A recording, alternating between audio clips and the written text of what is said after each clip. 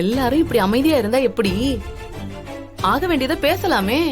இத பாருங்கம்மா, போன தடவை நாங்க வந்தப்ப கொஞ்சம் சங்கடமாயி போச்சு. அதுக்கு நாங்க ஒண்ணு காரணம் இல்லையே. ஏய் மீனாட்சி, சும்மாரு. அன்னைக்கு அத்தை அப்படி பேசிருக்க கூடாதுதான். அந்த புள்ளையும் அந்த அளவுக்கு மரியாதை இல்லாம பேசிருக்க கூடாதுல்ல. இந்தம்மா, எதுக்கு பழையதை பத்தி பேசிக்கிட்டு இருக்கீங்க?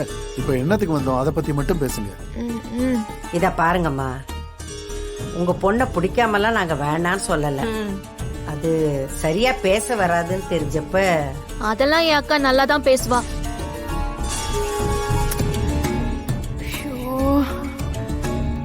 தேன்மொழி பெரியவங்களை எதிர்த்து எதுவும் பேசாம அமைதியா இருந்ததுலயே தெரியுது நல்ல மரியாதையான பொண்ணுன்னு.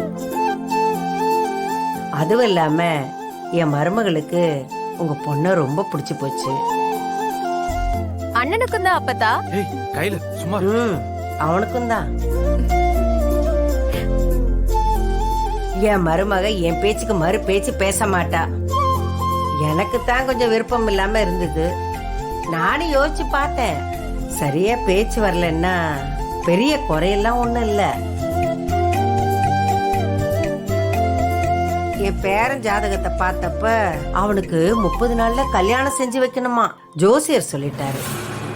அப்ப அதுக்காக மட்டும்தான் என் அக்காவை கேட்டு வந்திருக்கீங்களா? ஐயோ, அப்படி இல்லம்மா. உன் அக்காவை பார்த்துட்டு போன பிறகு உங்க வீட்டு பொண்ணு எங்க வீட்டு மருமகளா வந்தா நல்லா இருக்கும்னு தோணுச்சு. என் பிள்ளைக்கு ரொம்ப பிடிச்சிருந்தது. அது மட்டும் இல்லாம அவசர அவசரமா ஒரு பொண்ணை பார்த்து நிச்சயம் பண்ணி கல்யாணம் பண்றதை விட என் மகனுக்கு பிடிச்ச பிள்ளைய கல்யாணம் பண்ணா நல்லா இருக்கும்ல. அதான் பேச வந்தோம். என்ன கையில இருக்கும்போது நெய்க்கு அலைவானே, அதான். உங்க வீட்டு பொண்ணுதான் எங்க வீட்டுக்கு மருமகளா வரணும்னு இருக்கிறப்ப அதை நாம மாத்த முடியாதுல்ல. மீனாட்சி நினைக்கிறது தானே நடக்கும்.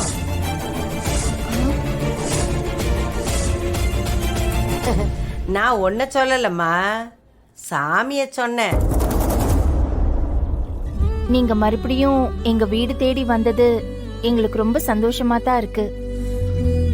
அன்னைக்கு மீனாட்சி பேசினதையெல்லாம் நீங்க எதுவும் தப்பா எடுத்துக்க கூடாது.